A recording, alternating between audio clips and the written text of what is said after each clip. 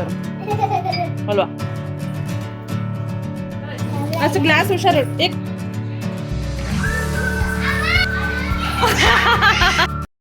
Hi everyone, welcome back to my YouTube channel. ನಾನಿವತ್ತು Sunday ಬೆಳಗ್ಗೆಯಿಂದನೇ blog ಶುರು ಮಾಡಿದ್ದೀನಿ. ಸಂಡೇ ಅಂದರೆ ಯೂಶ್ವಲಿ ಎದ್ದೇಳೋದೇ ಲೇಟು. ಇವತ್ತು ಬೇರೆ ಏನೂ ಕೆಲಸ ಮಾಡ್ಕೊಳಕ್ಕೆ ಹೋಗಿಲ್ಲ. ಇನ್ನು ಪಾತ್ರೆನೂ ಕೂಡ ಕಮ್ಮಿ ಇತ್ತು. ಸರಿ ಫಸ್ಟೇ ತಿಂಡಿ ಮಾಡ್ಕೊಂಬಿಡೋಣ, ಲೇಟ್ ಆಗುತ್ತೆ ಅಂತ ಹೇಳಿ ಅದಕ್ಕೆ ಅವಲಕ್ಕಿ ಚಿತ್ರಾನ್ನ ಮಾಡೋಣ ಅಂತ ರೆಡಿ ಮಾಡ್ಕೊಳ್ತಾ ಇದ್ದೀನಿ. ಈ ಅವಲಕ್ಕಿ ಎಲ್ಲ ಮಾಡಿದ್ರೆ ಬಿಸಿ ಬಿಸಿ ಆವಾಗಲೇ ತಿನ್ನಬೇಕು, ಮಾಡಿಬಿಟ್ಟು ಬಾಕ್ಸ್ಗೆಲ್ಲ ಹಾಕಿದ್ರೆ ತಿನ್ನೋದಕ್ಕಾಗಲ್ಲ.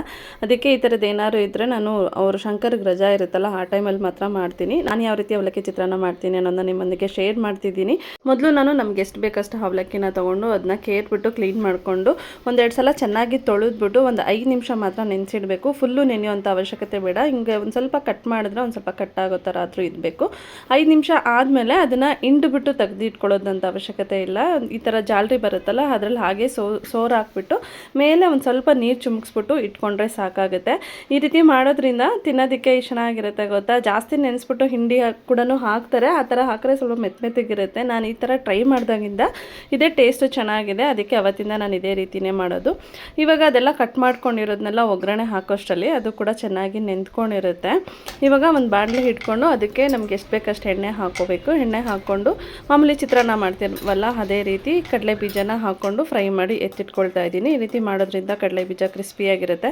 ನಾನು ಕಡಲೆ ಬೀಜ ಸ್ವಲ್ಪ ಜಾಸ್ತಿನೇ ಹಾಕ್ಕೊಳ್ತೀನಿ, ಯಾಕಂದರೆ ನನ್ನ ಮಗಳು ನಮ್ಮ ಯಾರು ತಟ್ಟಲ್ಲಿದ್ದರೂ ಕಡಲೆ ಬೀಜ ಬಿಡಲ್ಲ, ಎತ್ಕೊಂಡು ತಿಂತಾ ಇರ್ತಾಳೆ.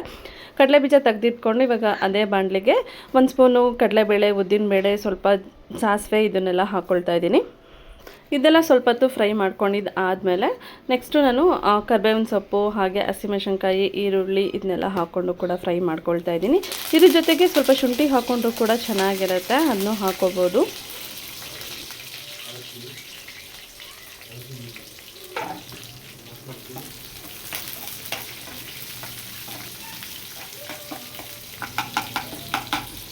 ಈರುಳ್ಳಿ ಎಲ್ಲ ಸ್ವಲ್ಪ ಹೊತ್ತು ಫ್ರೈ ಮಾಡ್ಕೊಂಡಿದ್ದಾದಮೇಲೆ ನಮ್ಮ ಈರುಳ್ಳಿಗೆ ಎಷ್ಟು ಬೇಕೋ ಅಷ್ಟು ಮಾತ್ರ ಸ್ವಲ್ಪ ಉಪ್ಪು ಹಾಕ್ಕೊಳ್ತಾ ಇದ್ದೀನಿ. ಯಾಕಂದರೆ ಈರುಳ್ಳಿಗೆಲ್ಲ ಉಪ್ಪು ಹಿಡಿಬೇಕಲ್ಲ, ಲಾಸ್ಟಲ್ಲಿ ಹಾಕಿದ್ರೆ ಅದಕ್ಕೆಲ್ಲ ಉಪ್ಪು ಸರಿಯಾಗಿ ಹೊಂದೋದಿಲ್ಲ. ಅದಕ್ಕೆ ಇವಾಗ ಎಷ್ಟು ಬೇಕಷ್ಟನ್ನ ಹಾಕ್ಕೊಂಡು ಇದೆಲ್ಲ ಒಂದು ಸಲ ಚೆನ್ನಾಗಿ ಫ್ರೈ ಮಾಡ್ಕೊಂಡಿದ್ದಾದಮೇಲೆ ಇವಾಗ ಅರಿಶಿನ ಹಾಕ್ಕೊಳ್ತಾ ಇದ್ದೀನಿ. ಅರಿಶಿನ ಹಾಕ್ಕೊಂಡು ಎಲ್ಲ ಮಿಕ್ಸ್ ಮಾಡ್ಕೊಂಡಿದ್ದಾದಮೇಲೆ ಆವಾಗಲೇ ಅವಲಕ್ಕಿ ನೆನೆಸಿಟ್ಕೊಂಡಿದ್ನಲ್ವ, ಅವಲಕ್ಕಿನ ಹಾಕ್ಕೊಳ್ತಾ ಇದ್ದೀನಿ. ಅವಲಕ್ಕಿ ಹಾಕ್ಕೊಂಡ್ಮೇಲೆ ಉಪ್ಪು ಹಾಕಬಾರ್ದು, ಉಪ್ಪು ಹಾಕಿದ್ರೆ ಅವಲಕ್ಕಿಗೆ ಬೇಗ ಉಪ್ಪು ಹಿಡಿಯೋದಿಲ್ಲ. ಅದಕ್ಕೆ ಒಂದು ಅರ್ಧ ಅವಲಕ್ಕಿ ಹಾಕ್ಬಿಟ್ಟು ಅದ್ರ ಮೇಲೆ ಸ್ವಲ್ಪ ಉಪ್ಪು ಹಾಕಿ ಮತ್ತು ಇನ್ನರ್ಧ ಅವಲಕ್ಕಿ ಹಾಕ್ಬಿಟ್ಟು ಅದ್ರ ಮೇಲೆ ಇನ್ನು ಸ್ವಲ್ಪ ಹಾಕ್ಕೊಂಡು ಸ್ವಲ್ಪ ಉಪ್ಪು ಹಾಕ್ಕೊಳ್ತಾ ಮಿಕ್ಸ್ ಮಾಡ್ಕೋಬೇಕು. ಆವಾಗ ಅವಲಕ್ಕಿಗೆ ಕರೆಕ್ಟಾಗಿ ಉಪ್ಪು ಹಿಡಿಯುತ್ತೆ. ಇನ್ನು ಅವಲಕ್ಕಿ ನೋಡಿ ಹಿಂಡೋದು ಬೇಡ, ಏನು ಬೇಡ, ಎಷ್ಟು ನೀಟಾಗಿ ಅದು ಜಾಲರಿಗೆ ಹಾಕ್ಕೊಂಡಿದ್ವಲ್ವ, ನಮಗೆ ಯಾವ ಕನ್ಸಿಸ್ಟೆನ್ಸಿ ಬೇಕು ಅಷ್ಟು ಕರೆಕ್ಟಾಗಿ ನೆಂದ್ಕೊಂಡು ಹೊಂದ್ಕೊಂಡಿದೆ. ಇವಾಗೆಲ್ಲ ಒಂದು ಸಲ ಚೆನ್ನಾಗಿ ಮಿಕ್ಸ್ ಮಾಡ್ಕೊಳ್ತಾ ಇದ್ದೀನಿ. ಇನ್ನು ಜಾಸ್ತಿ ಕ್ವಾಂಟಿಟಿ ಮಾಡ್ಕೋಬೇಕಾದ್ರೂ ಕೂಡ ಅವಲಕ್ಕಿ ಸ್ವಲ್ಪ ಸ್ವಲ್ಪ ಹಾಕ್ಕೊಂಡು ಸ್ವಲ್ಪ ಉಪ್ಪು ಹಾಕ್ಕೊಂಡು ಹಂಗೆ ಮಿಕ್ಸ್ ಮಾಡ್ಕೋಬೇಕು. ಆವಾಗ ಒಂದಕ್ಕೊಂದು ಉಪ್ಪು ಚೆನ್ನಾಗಿ ಹಿಡಿಯುತ್ತೆ. ಅವಲಕ್ಕಿ ಮತ್ತು ಒಗ್ಗರಣೆ ಎಲ್ಲ ಚೆನ್ನಾಗಿ ಮಿಕ್ಸ್ ಮಾಡ್ಕೊಂಡಿದ್ದಾಯಿತು. ಇನ್ನು ಲಾಸ್ಟಲ್ಲಿ ಅವಲೇ ಫ್ರೈ ಮಾಡಿ ಇಟ್ಕೊಂಡಿದ್ನಲ್ವ ಕಡಲೆ ಬೀಜ, ಅದು ಹಾಗೆ ಸ್ವಲ್ಪ ಹಸಿ ತೆಂಗಿನಕಾಯಿ ತುರಿ, ಅದ್ರ ಜೊತೆಗೆ ಸ್ವಲ್ಪ ಕೊತ್ತಂಬರಿ ಸೊಪ್ಪು, ಇನ್ನು ಅರ್ಧ ನಿಂಬೆ ಹಣ್ಣು ಇಟ್ಕೊಂಡು ಎಲ್ಲನೂ ಒಂದ್ಸಲ ಚೆನ್ನಾಗಿ ಮಿಕ್ಸ್ ಮಾಡಿಕೊಂಡ್ರೆ ಅವಲಕ್ಕಿ ಚಿತ್ರಾನ್ನ ರೆಡಿ ಆಗುತ್ತೆ. ಇವಾಗ ಬಿಸಿ ಬಿಸಿ ಅವಲಕ್ಕಿ ಚಿತ್ರಾನ್ನ ತಿಂತಾರೆ, ತುಂಬ ಚೆನ್ನಾಗಿರುತ್ತೆ. ನಾನು ಮಾಡಿದಾಗ ತುಂಬ ಚೆನ್ನಾಗಿ ಬಂದಿತ್ತು. ನಿಮ್ಗೆ ಯಾರಿಗಾರು ಈ ರೀತಿ ಮಾಡಬೇಕು ಅಂತ ಇಷ್ಟ ಆದರೆ ನೀವು ಒಂದ್ಸಲ ಟ್ರೈ ಮಾಡಿ, ತುಂಬ ಚೆನ್ನಾಗಿ ಬರುತ್ತೆ.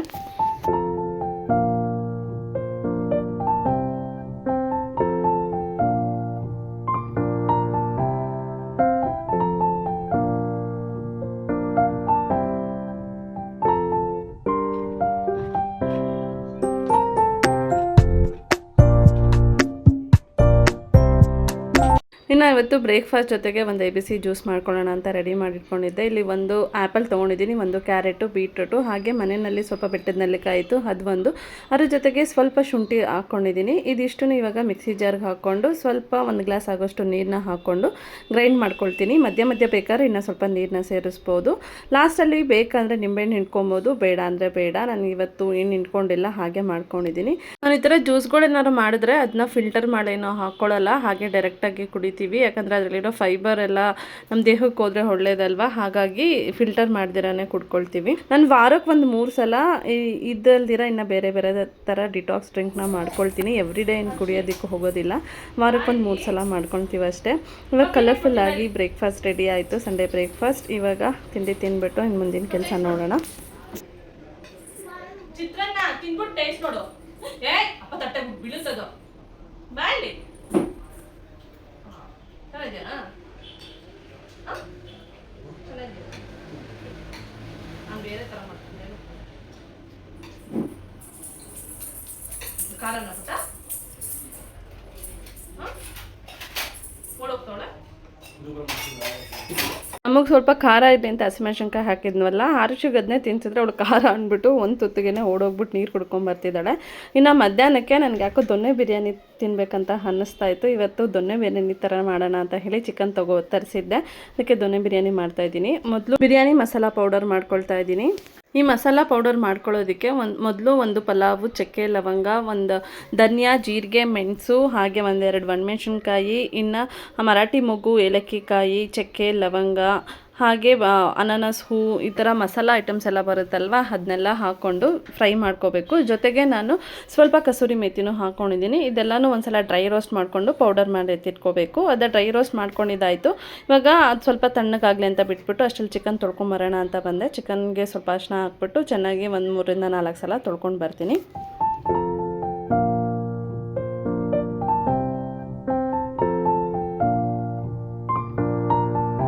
ಹಾಗೆ ಇದರಲ್ಲಿ 1 kg ಚಿಕನ್ ಇದೆಯಲ್ಲ, ಅದರಲ್ಲಿ ಒಂದು ಅರ್ಧ ಕಬಾಬ್ ಮಾಡ್ಕೊಂಡು ಇನ್ನು ಅರ್ಧ ಬಿರಿಯಾನಿ ಮಾಡ್ಕೊಳ್ತಾ ಇದ್ದೀನಿ.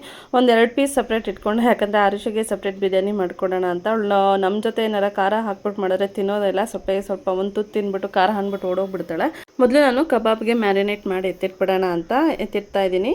ಇವತ್ತು ನಾನು ಕಬಾಬ್ನ ಇನ್ನು ಸ್ವಲ್ಪ ಡಿಫ್ರೆಂಟಾಗಿ ಮಾಡ್ತಾಯಿದ್ದೀನಿ. ಇವತ್ತು ಕಬಾಬ್ಗೆ ಚಿಕನ್ನ ತೊಗೊಂಡು ಅದಕ್ಕೆ ಸ್ವಲ್ಪ ಶುಂಠಿ ಬೆಳ್ಳುಳ್ಳಿ ಪೇಸ್ಟ್ನ ಹಾಕ್ಕೊಂಡು, ಸ್ವಲ್ಪ ಅರಿಶಿನ, ಹಾಗೆ ಒಂದು ಸ್ವಲ್ಪ ಪೆಪ್ಪರ್ ಪೌಡರು, ಹಾಗೆ ರುಚಿಗೆ ತಕ್ಕಷ್ಟು ಉಪ್ಪು, ಒಂದು ಅರ್ಧ ಸ್ಪೂನ್ ಆಗೋಷ್ಟು ಅಚ್ಕಾರದ ಪುಡಿ, 1/4 ಚಮಚ ಧನಿಯಾ ಪುಡಿ, ಹಾಗೆ ಒಂದು ಚಿಟಿಕೆ ಗರಂ ಮಸಾಲ, ಜೊತೆಗೆ ಒಂದು ಅರ್ಧ ಹೋಳು ನಿಂಬೆಹಣ್ಣು, ಹಾಗೆ 1-2 ಚಮಚ ಆಗೋಷ್ಟು ಗಟ್ಟಿ ಮೊಸರನ್ನ ಹಾಕ್ಕೊಂಡು ನಾನು ಚೆನ್ನಾಗಿ ಮ್ಯಾರಿನೇಟ್ ಮಾಡಿ ಒಂದು 5 ನಿಮಿಷ ಪಕ್ಕಕ್ಕೆ ಇಟ್ಬಿಡ್ತೀನಿ.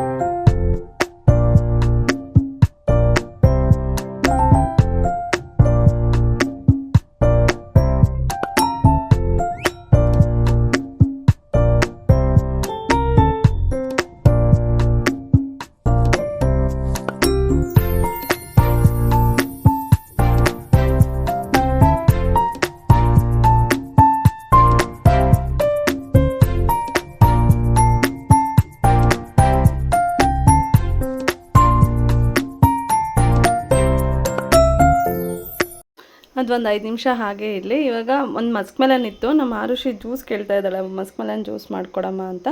ಅದಕ್ಕೆ ಇದು ಕೂಡ ಚೆನ್ನಾಗಿ ಹಣ್ಣಾಗಿತ್ತು. ಸರಿ ಮಸ್ಕ್ ಮೆಲನ್ ಜ್ಯೂಸ್ ಮಾಡ್ಕೊಡೋಣ ಅಂತ ಹೇಳಿ ಮಾಡ್ತಾಯಿದ್ದೆ. ಇದು ಫುಲ್ಲು ಹಣ್ಣಾಗಿತ್ತು, ಸ್ಪೂನಲ್ಲಿ ಹಾಗೆ ಎರೆದ್ರೆ ಎಲ್ಲ ಎಷ್ಟು ನೀಟಾಗಿ ಬಂತು ಗೊತ್ತಾ.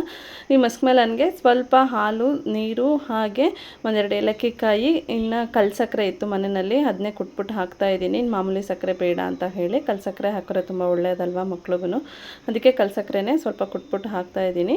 ಟೇಸ್ಟ್ ಮಾತ್ರ ತುಂಬ ಚೆನ್ನಾಗಿ ಬರುತ್ತೆ, ಮಿಲ್ಕ್ ಶೇಕ್ ಥರ.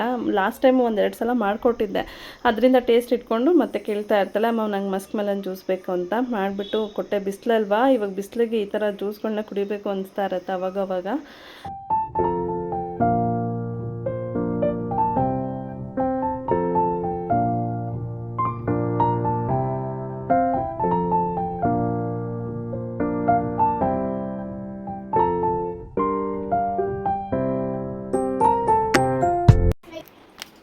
ಮೆಲ್ಲಗೆ ಆರುಷಿಗೆ ಗ್ಲಾಸ್ ಬಿದ್ರೆ ಹೊಡೆದೋಗುತ್ತದೋ,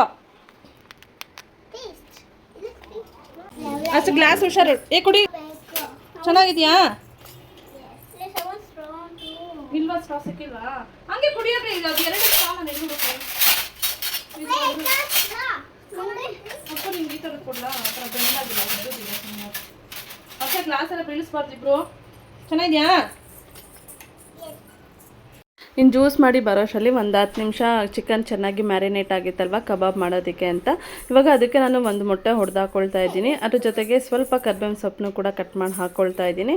ಹಾಗೆ 1-2 ಚಮಚ ಆಗೋಷ್ಟು ಕಾರ್ನ್ಫ್ಲೋರು, ಒಂದು ಅರ್ಧ ಚಮಚ ಅಕ್ಕಿ ಹಿಟ್ಟು, 1/4 ಚಮಚ ಮೈದಾ ಹಿಟ್ಟು, ಇಷ್ಟನ್ನು ಹಾಕ್ಬಿಟ್ಟು ಚೆನ್ನಾಗಿ ಕಲಿಸ್ಬಿಟ್ಟು ಇನ್ನೂ ಒಂದು 15ರಿಂದ 20 ನಿಮಿಷ ಹಾಗೆ ಮ್ಯಾರಿನೇಟ್ ಮಾಡಿಬಿಟ್ರೆ ಚಿಕನ್ ಕಬಾಬು ತುಂಬ ಚೆನ್ನಾಗಿ ಬರುತ್ತೆ.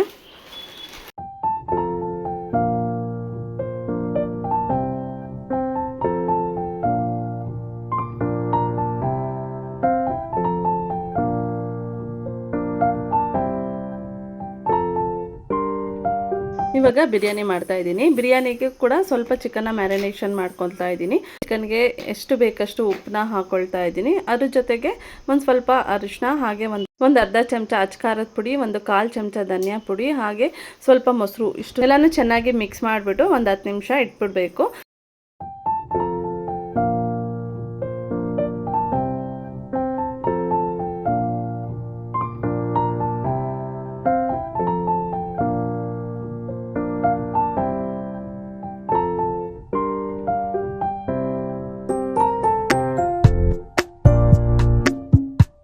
ಇವಾಗ ಬಿರಿಯಾನಿಗೆ ಒಂದು ಮಸಾಲ ರೆಡಿ ಮಾಡ್ಕೊಳ್ಳೋಣ.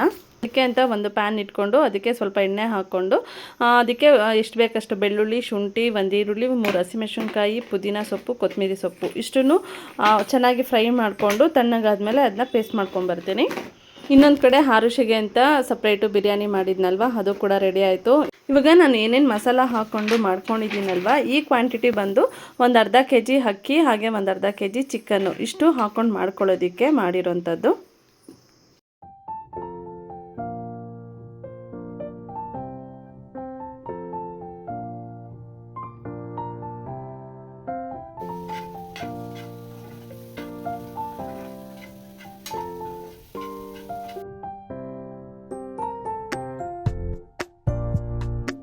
ಅದನ್ನೆಲ್ಲ ಹುರ್ಕೊಂಡು ಸ್ವಲ್ಪ ತಣ್ಣಗಾದ್ಮೇಲೆ ಅದನ್ನ ರುಬ್ಕೊಂಡು ಬಂದಿದ್ದಾಯಿತು.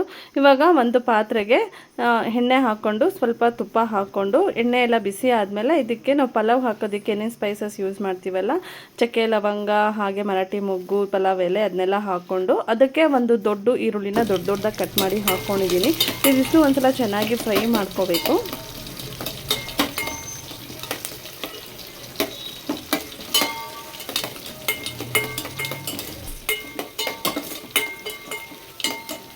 ಈರುಳ್ಳೆಲ್ಲ ಸ್ವಲ್ಪ ಹೊತ್ತು ಫ್ರೈ ಮಾಡ್ಕೊಂಡಿದ್ದಾದಮೇಲೆ ಇವಾಗ ನಾನು ಇದಕ್ಕೆ ಒಂದು ಟೊಮೆಟೊನ ಪೇಸ್ಟ್ ಮಾಡಿಕೊಂಡು ಪ್ಯೂರಿ ಥರ ಮಾಡ್ಕೊಂಡಿದ್ದೀನಿ. ಅದನ್ನ ಇವಾಗ ಇದಕ್ಕೆ ಹಾಕ್ಕೊಳ್ತಾ ಇದ್ದೀನಿ. ಅದನ್ನ ಒಂದು ಸಲ ಚೆನ್ನಾಗಿ ಮಿಕ್ಸ್ ಮಾಡಿಕೊಂಡು ಇವಾಗ ಇದಕ್ಕೆ ನಾನು ರುಬ್ಬಿಟ್ಕೊಂಡಿರೋಂತಹ ಮಸಾಲಾನ ಹಾಕ್ಕೊಳ್ತಾ ಇದ್ದೀನಿ. ಮಸಾಲ ಏನು ಜಾಸ್ತಿ ಹೊತ್ತು ಫ್ರೈ ಮಾಡೋ ಅವಶ್ಯಕತೆ ಇಲ್ಲ, ಯಾಕಂದರೆ ರುಬ್ಬಕ್ಕೆ ಮುಂಚೆನೇ ಇದನ್ನ ಫ್ರೈ ಮಾಡ್ಕೊಂಡಿದ್ದೀನಲ್ವ, ಎಲ್ಲ ಒಂದು ಸಲ ಚೆನ್ನಾಗಿ ಮಿಕ್ಸ್ ಮಾಡಿಕೊಂಡ್ರೆ ಸಾಕು. ಇದೆಲ್ಲ ಹಾಕ್ಕೊಂಡಿದ್ದಾದಮೇಲೆ ಇನ್ನು ಚಿಕನ್ನ ಮ್ಯಾರಿನೇಷನ್ ಮಾಡಿ ಇಟ್ಕೊಂಡಿದ್ದೆ ಅಲ್ವಾ, ಅದನ್ನ ಕೂಡ ಹಾಕ್ಕೊಂಡು ಎಲ್ಲನೂ ಒಂದು ಸಲ ಚೆನ್ನಾಗಿ ಮಿಕ್ಸ್ ಮಾಡ್ಕೊಳ್ತಾ ಇದ್ದೀನಿ.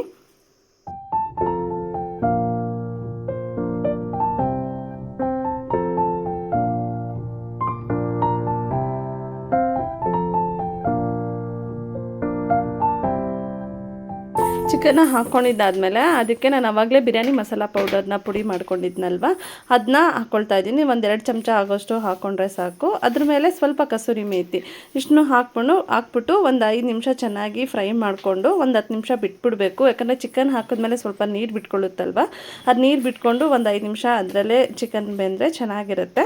ಅದಕ್ಕೆ ಒಂದು 5 ನಿಮಿಷ ಬಿಟ್ಟರೆ ಸಾಕು.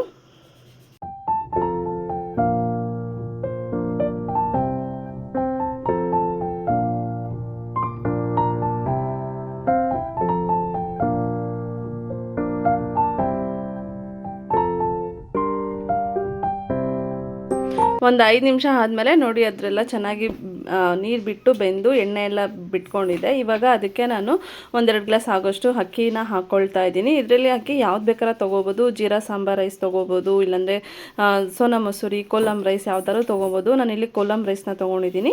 1 ಗ್ಲಾಸ್ ಅಕ್ಕಿಗೆ 2 ಗ್ಲಾಸ್ ಆಗೋಷ್ಟು ನೀರನ್ನ ಹಾಕ್ಕೊಂಡಿದ್ದೀನಿ. ಅಂದರೆ ಜಾರೆಲ್ಲ ತೊಳೆದ್ಬಿಟ್ಟು ಆವಾಗಲೇ ಮ್ಯಾರಿನೇಷನ್ ಮಾಡ್ಕೊಂಡಿದ್ನಲ್ವ, ಅದೇ ಬೌಲ್ಗೆ ಮಿಕ್ಸ್ ಮಾಡಿಬಿಟ್ಟು ಅದು ಮಸಾಲೆ ಎಲ್ಲ ಯಾಕೆ ವೇಸ್ಟ್ ಮಾಡಬೇಕಂತ ಹೇಳಿ ಅದನ್ನೆಲ್ಲ ಚೆನ್ನಾಗಿ ತೊಳೆದ್ಬಿಟ್ಟು ಹಾಕ್ಕೊಳ್ತಾ ಇದ್ದೀನಿ. ನಾವು ಜೀರಾ ರೈಸ್ ಏನಾರು ಹಾಕ್ತೀವಂದರೆ ನೀರು ಒಂದು ಅರ್ಧ ಗ್ಲಾಸ್ ನೀರು ಕಮ್ಮಿ ಹಾಕ್ಕೋಬೇಕಾಗುತ್ತೆ. ಜೀರಾ ರೈಸ್ ಇಲ್ಲಾಂದರೆ ಮುದ್ದೆ ಆಗಿಬಿಡುತ್ತೆ.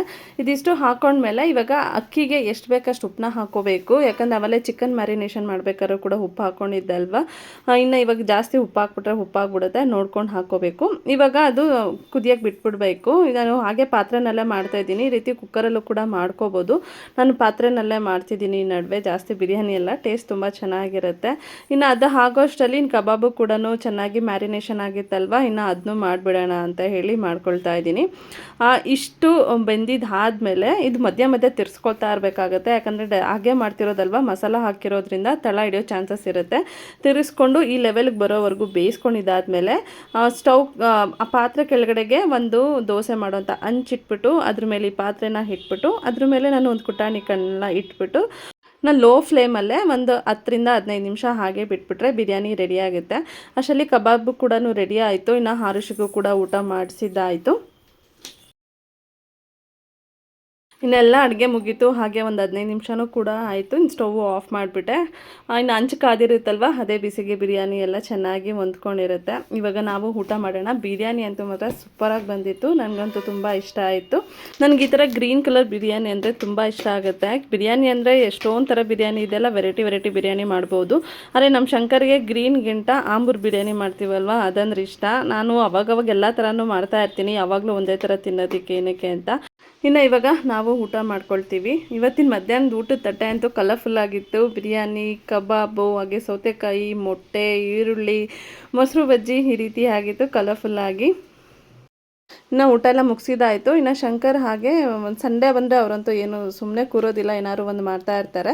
ಮನೇಲಿ ಆ ಡೈನಿಂಗ್ ಟೇಬಲ್ದು ಚೇರ್ಗಳಿದ್ದವಲ್ಲ, ಅದು ನಮ್ಮ ಮಾವ ಮನೇಲಿ ಇದ್ದಿದ್ದು. ಅದು ಎಲ್ಲ ಸ್ವಲ್ಪ ಬಣ್ಣ ಎಲ್ಲ ಶೇಡ್ ಆಗಿತ್ತು. ಅದಕ್ಕೆ ಇವರು ಪಾಲಿಶ್ ಹಾಕೋಣ ಅಂತ ಹೇಳಿ ಪಾಲಿಶ್ ಹಾಕ್ತಾ ಇದ್ರು ಅಲ್ವಾ.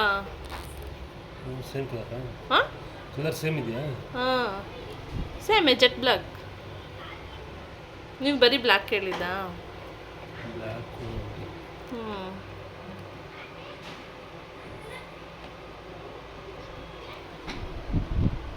ಸುಮ್ಮನೆ ಬಟ್ಟೆಲ್ಲ ಹಾಕ್ಬಿಡೋದಷ್ಟೇ.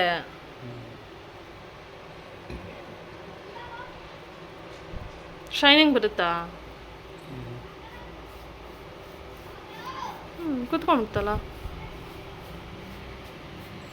ಅಲ್ವಾ? ಇಲ್ಲಿಗೆ ಹಾಕ್ಬೇಡಿ, ಬೇಡ, ಅಲ್ಲಿಗೆ ಹಾಕ್ತೀರಾ?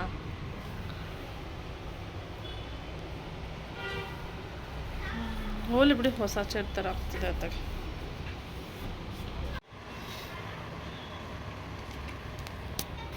ಎಲ್ಲ ಮ್ಯಾಟ್ ಆಗೋಯ್ತು. ಇಲ್ಲೇ ಶೈನಿಂಗ್ ಬಂದಿದೆ, ಅವಲ್ಲ ಅದ್ರಲ್ಲಿ ಹಚ್ಚಿ ಬೆಳೆದಿದ್ದು.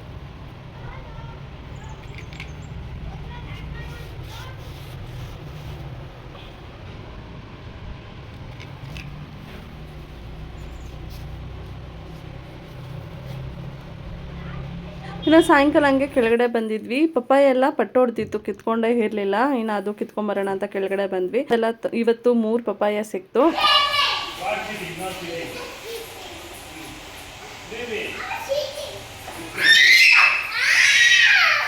ಯಾಕೆ ಅಬ್ಬಯ್ಯ? ಏಯ್, ಕರೆಕ್ಟಾಗಿ ನಿಂತ್ಕೊಳ್ಳಿ. ಅವಳೆ ಅಲ್ಲ,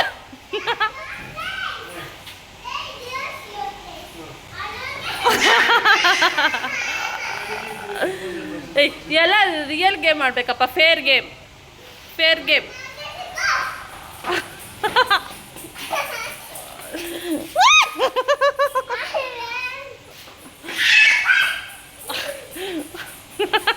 ಓ, ಏನಾರಾಗ ನೀನೇ ವಿನ್ ಆಗ್ಬೇಕಾ ಋಷಿ?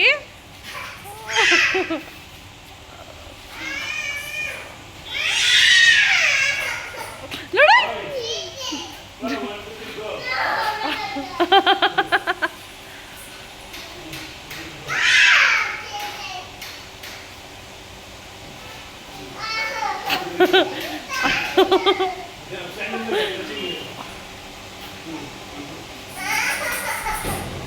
ನಾನು ಕೌಂಟ್ ಮಾಡ್ತೀನಿ. ಇಬ್ರು steady. Steady. Okay, steady, ready, out. ಇಬ್ರು cheating. You both of you cheating. I didn't count it. Okay, on a mark, ready. On a mark, ready, steady, go on to the. Yeah, she cheating.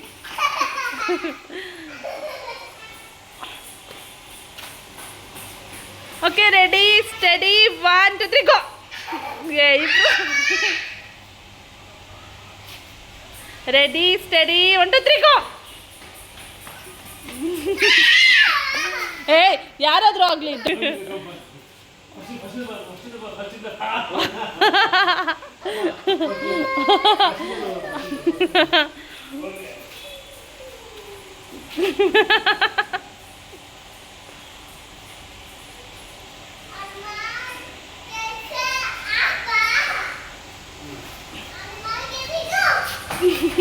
ಆಶೆ count ಕಂಪ್ಲೀಟೇ ಮಾಡಿಲ್ವಲ್ಲ ಋಷಿ?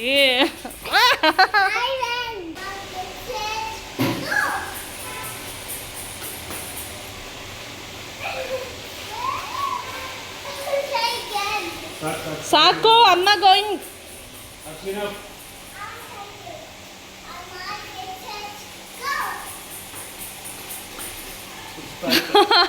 ನಿದ್ದೆ ಬಂದ್ಬಿಟ್ಟಿದೆ ಅವಳಿಗೆ.